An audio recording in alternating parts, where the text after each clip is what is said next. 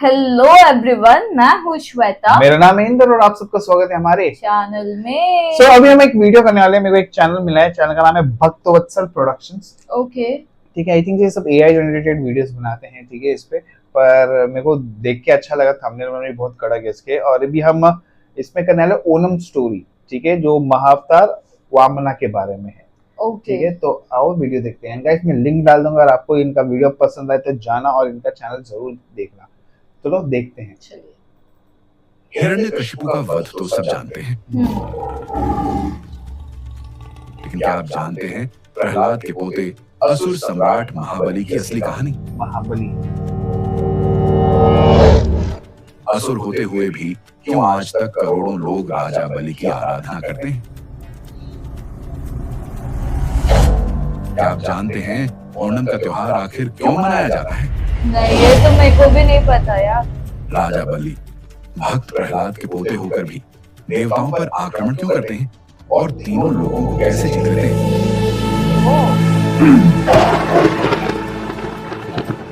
भगवान विष्णु ने वामन अवतार लेकर केवल 3 पग भूमि ही क्यों मांगी? राजा बलि को दुनिया का सबसे महान दानी क्यों कहा जाता है? आज हम जानेंगे महान सम्राट महाबली और भगवान विष्णु के 5वें अवतार वामन की यह अद्भुत गाथा। कहानी शुरू करने से पहले कमेंट में लिखिए जय भगवान वामन।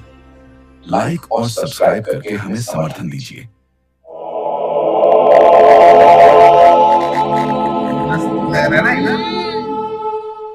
प्रारंभ में केवल शून्य था और उस शून्य से उत्पन्न हुई सृष्टि। समय, दिशा, आकाश और पृथ्वी ने जन्म लिया। यही थी ब्रह्मांड की आदिगाथा।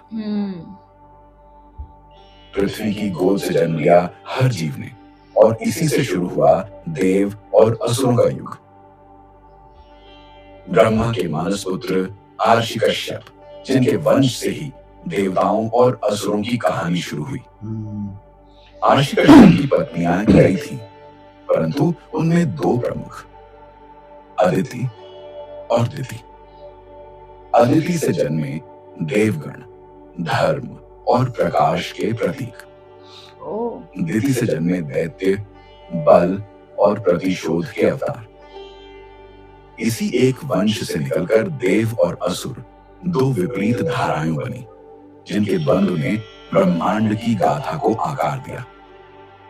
अदिति देव माता, उनकी कोख से जन्मे इंद्र, वरुण, अग्नि और अनगिनत देव, जो प्रकाश, सत्य और धर्म के प्रतीक बने। बहुत इनके मजा हाथों में था सृष्टि का संतुलन और इनके संकल्प में था जगत का संरक्षण। दिति असुर माता, उनकी संतानें बनी शक्ति और बल की मूर्तियां।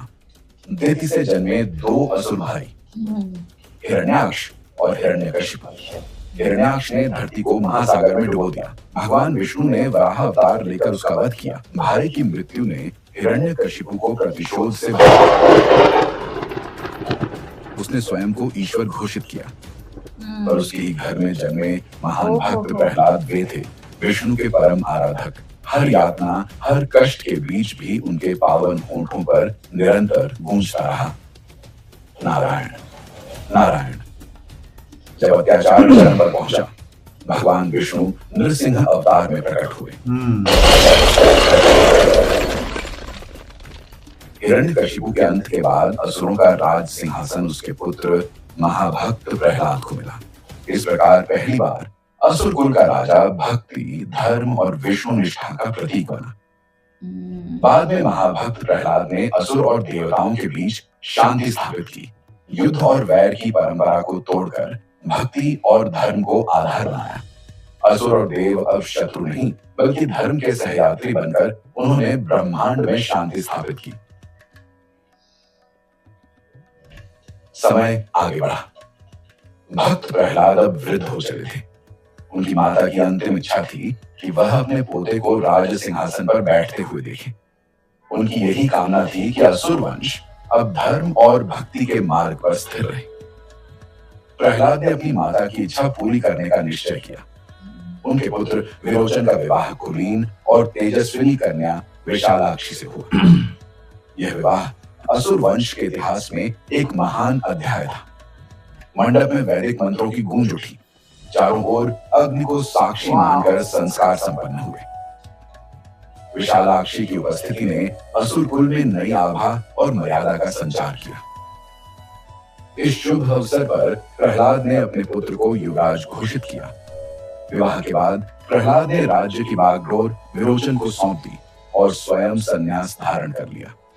उन्होंने राज्य सत्ता त्याग दी और तपस्या व भक्ति में लीन हो गए। असुर वंश में एक नया प्रभात हुआ। विरोचन और उसकी पत्नी विशालाक्षी के घर जन्म लेने वाला था एक ऐसा बालक जिसका आगमन पूरे कुल के लिए आशा का दीप बनकर आया।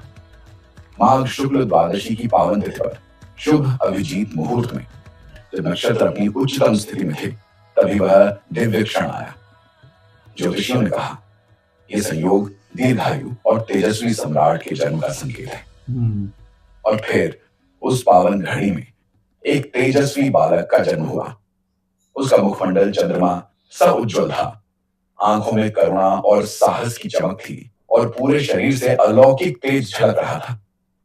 असुर वंश में आनंद की लहर दौड़ गई। नगाड़ों की गूंज उठी। वेद मंत्रों का उच्चारण होने लगा। जन्मोत्सव के उस पावन क्षण में सम्राट विरोचन ने आदर पूर्वक अपने गुरु शुक्राचार्य को बुलाया। उन्होंने विनम्रता से निवेदन किया, गुरुवर, कृपा करके मेरे पुत्र को अपने आशीर्वाद से अलंकृत करें। शुक्राचार्य आगे बढ़े और नवजात शिशु को अपनी गोद में उठाया। ध्यानमग्न होकर उन्होंने गहन दृष्टि डाली और आशीर्वाद दिया, ये बालक असुर वंश का गौरव बनेगा। ये कोई साधारण आत्मा नहीं है। ये आगे चलकर तीनों लोकों पर राज्य करेगा।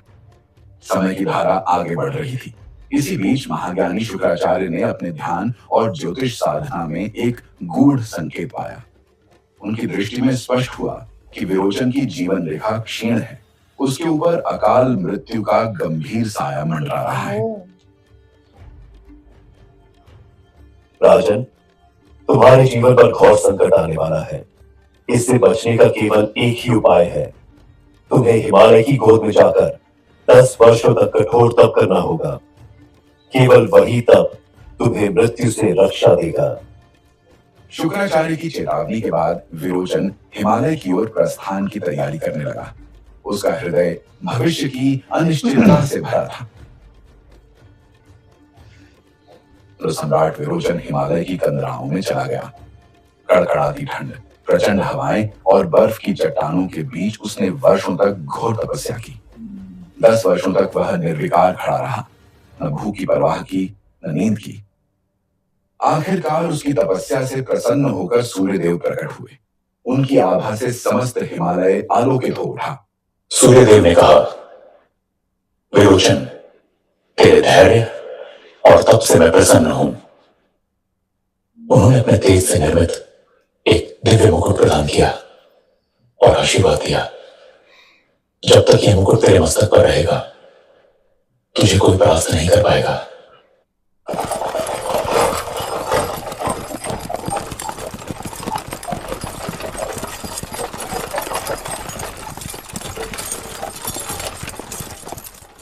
यात्रा के मार्ग में विरोचन के सामने एक साधु वेशधारी ब्राह्मण प्रकट हुआ। उसने विनम्रता से जल अर्पित किया। विरोचन धर्मनिष्ठ थे। उन्होंने बिना संदेह वह जल ग्रहण कर लिया। क्षण भर में उसकी चेतना डगमगाई और वह भूमि पर गिर पड़ा। साधु का वेश टूटते ही उसका वास्तविक स्वरूप प्रकट हुआ। वह स्वयं इंद्र था। उसने अवसर का लाभ उठाकर विरोचन का दिव्य मुकुट छीन लिया। कुछ समय बाद विरोचन की चेतना लौटी। उसने इंद्र को सामने खड़ा पाया और शांत स्वर में कहा, इंद्र, मुझे अपने पुत्र बलि के समावर्तन में पहुंचना है। इंद्र हंस पड़ा और उपहास करते हुए बोला, विरोचन, यदि सामर्थ्य है तो युद्ध कर। विरोचन ने धर्म और सत्य की रक्षा के लिए चुनौती स्वीकार की।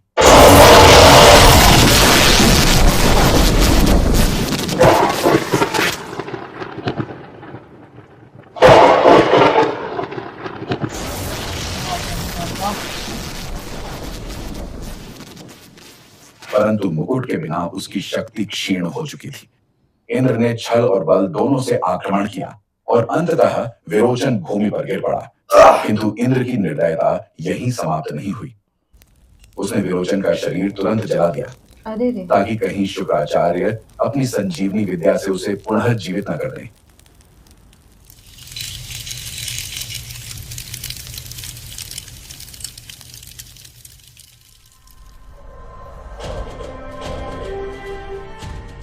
पिता की मृत्यु का समाचार सुनते ही बलि का हृदय जल उठा। वह गगन भेदी स्वर में बोला, इंद्र, तूने मेरे पिता का वध छल से किया है, अब मैं तेरा भी वध करूंगा। तुझे इस ब्रह्मांड की कोई शक्ति नहीं बचा पाएगी।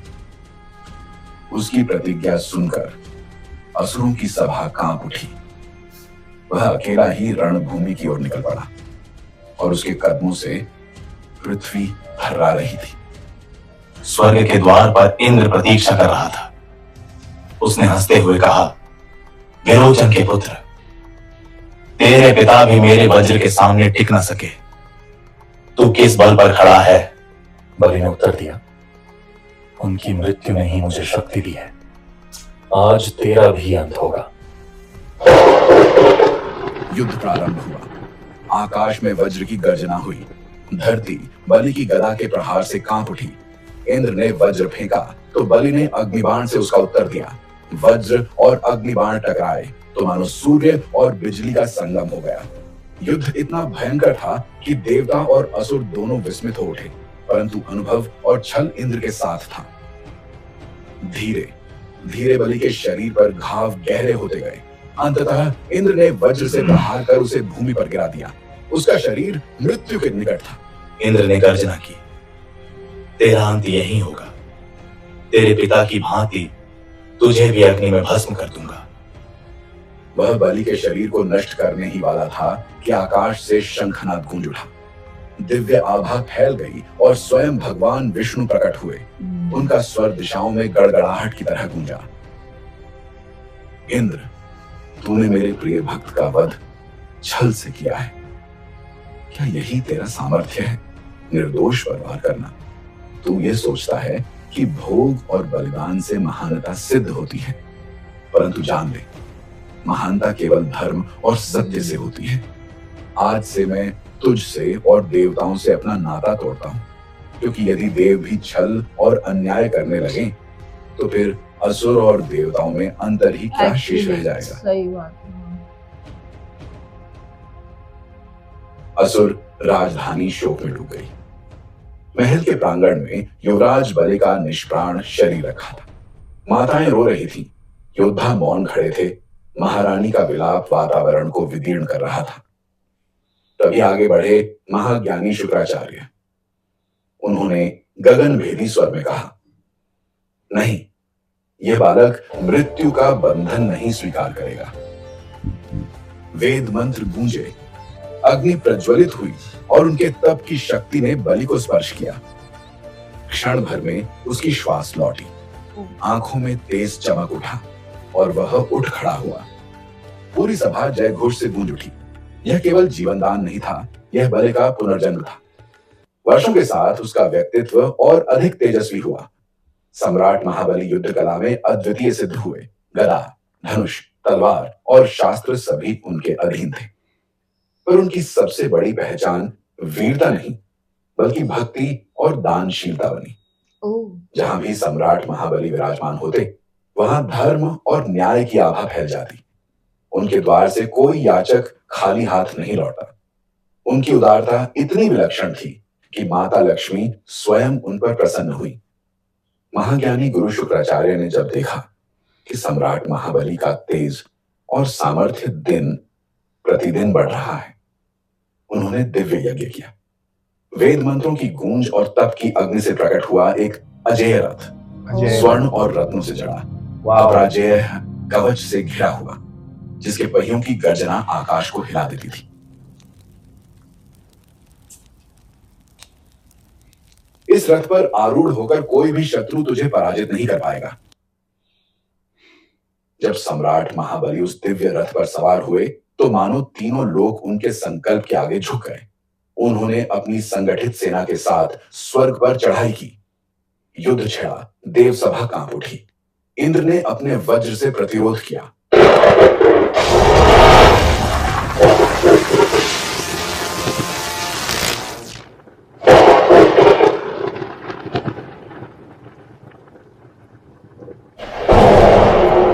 इंद्र परास्त हुआ और स्वर्ग का सिंहासन भी अब असुर सम्राट के चरणों में था।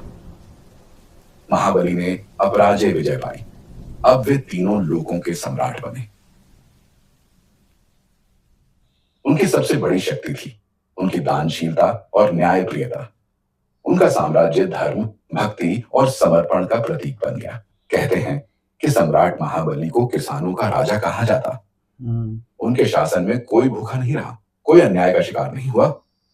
महाबली की यह करुणा और दानशीलता उन्हें देवताओं से भी महान बना रही थी। देवता दिशाओं में भटक रहे थे, उन्हें कहीं आश्रय नहीं मिल रहा था। उनकी आराधना सुनने वाला कोई नहीं बचा था। इस अपमान और असहायता को देख देवमाता अदिति का हृदय व्याकुल हो उठा। वे तप में लीन हुई और भगवान विष्णु का ध्यान करने लगी। आंखों में अश्रु और स्वर में करुणा के साथ उन्होंने प्रार्थना की। स्वामी, आपने एक बार मुझसे वचन दिया था कि जब समय आएगा आप मेरे पुत्र रूप में अवतरित होंगे। वह समय अब आ गया है।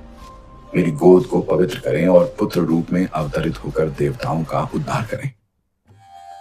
आदित्य की विनती से वैकुंठ कांप उठा। भगवान विष्णु स्वयं प्रकट हुए और बोले, देवी, तुम्हारी साधना सफल हुई है। अब मैं तुम्हारे गर्भ से जन्म लूंगा और वामन रूप में अवतरित होकर धर्म और संतुलन की रक्षा करूंगा। वाह, क्या मस्त है ना। और आर्षि कश्यप के आश्रम में आदित्य के गर्भ से भगवान विष्णु ने जन्म लिया। वह बालक अत्यंत तेजस्वी था। आंखों में दिव्यता और मुख पर मासूमियत झलकती थी। संपूर्ण वातावरण शुभ शकुनों से गूंज उठा। देवताओं ने प्रसन्न होकर जय घोष किया, जय वामन देव, जय विष्णु अवतार। उस बालक का नाम वामन, मौन रूप में किंतु तेज और शक्ति से अपार। उसके जन्म ने देवताओं के हृदय में आशा की लौ जला दी। अब समय आ गया था कि महाबली की दानशीलता की परीक्षा हो और वामन अवतार से ब्रह्मांड का संतुलन पुनः स्थापित हो। काल का प्रवाह निरंतर बढ़ता गया। देवताओं की स्थिति अब और भी दयनीय हो चुकी थी। स्वर्ग का वैभव असुरों के अधीन था और देवगण दिशाओं में भटक रहे थे। उनकी व्याकुलता दिन प्रतिदिन बढ़ती रही। इसी बीच असुरों के सम्राट महाबली का साम्राज्य और भी प्रखर हो उठा। उनका यश केवल पृथ्वी तक सीमित नहीं रहा, बल्कि तीनों लोकों में गूंजने लगा। उनकी दानशीलता, धर्मप्रियता और भक्ति की गाथाएं दूर दूर तक फैली। सम्राट ने निश्चय किया, मैं 100 अश्वमेध यज्ञ करूंगा। इन यज्ञों से मेरा राज्य अटल और स्थायी हो जाएगा और यह भी प्रमाणित होगा कि दान और धर्म से ही सच्चा साम्राज्य फलता फूलता है। समय बीतता गया और एक एक करके 99 यज्ञ संपन्न हो गए। अब अंतिम यज्ञ का दिन आ पहुंचा। यज्ञशाला के मध्य विशाल हवन कुंड प्रज्वलित था। उसमें आहुति की लपटें उठ रही थीं, मानो अग्निदेव स्वयं उस यज्ञ को स्वीकार करने आए हों। चारों ओर वेद मंत्रों की गूंज थी। उन ध्वनियों से पूरा गगन पवित्र हो उठा। उसी समय यज्ञशाला के द्वार पर एक दिव्य ब्राह्मण बालक का आगमन हुआ। छोटा कद, किंतु मुख पर अद्भुत तेज, आंखों में दिव्यता और वाणी में मधुरता। उनके तेज से पूरा वातावरण पवित्र हो उठा था। सम्राट महाबली ने आदरपूर्वक कहा, ऋषि कुमार, आप जो चाहें मैं दान दूंगा। सोना, चांदी, रत्न, हाथी घोड़े, नगर, ग्राम, यहां तक कि मेरा साम्राज्य भी आपके लिए है। राजन, मुझे इनमें से कुछ नहीं चाहिए। सभा में सन्नाटा छा गया। ओह, महाबली ने विस्मय से देखा और गंभीर स्वर में कहा, ऋषि कुमार, मेरे यज्ञ का नियम है, मैं किसी याचक को खाली हाथ नहीं लौटाता। आप यदि कुछ नहीं मांगेंगे तो यह मेरे यज्ञ का अपमान होगा। कृपा कर बताइए, आपको क्या चाहिए? तब वामन ने अपनी दृष्टि उठाई। उनकी आंखों में ब्रह्मांड का रहस्य झलक रहा था। उन्होंने कहा, राजन, मैं जो मांगने वाला हूं पहले यह वचन दीजिए कि आप उसे अवश्य देंगे। महाबली ने अपने हाथ जोड़कर उत्तर दिया। ऋषि कुमार, यह मेरा संकल्प है। आप जो मांगेंगे मैं उसे अवश्य दूंगा।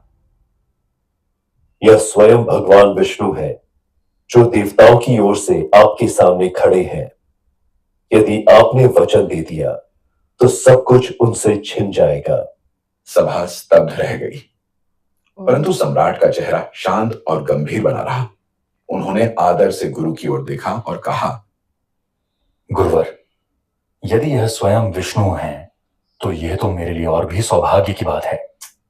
जिस भगवान के लिए लोग कठोर तप करते हैं, यज्ञ और अनुष्ठान करते हैं, वही भगवान आज मेरे यज्ञ में याचक बनकर आए हैं।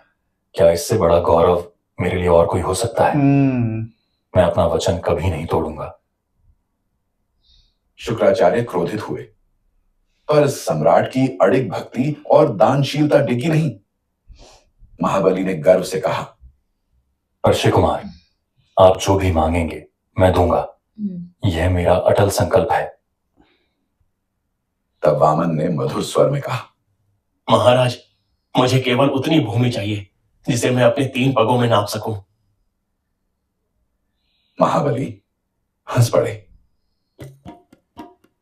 हे ब्राह्मण देवता, आप मुझसे कुछ बड़ा मांग सकते थे, सोना, चांदी, रथ, लेकिन आप केवल 3 पग भूमि मांग रहे हैं। मैं वचन देता हूं कि मैं आपको 3 पग भूमि अर्पित करता हूं। उन्होंने अपने कर कमलों से जल अर्पित किया और दान का संकल्प पूरा किया। दान का संकल्प पूर्ण होते ही अचानक यज्ञशाला कांप उठी।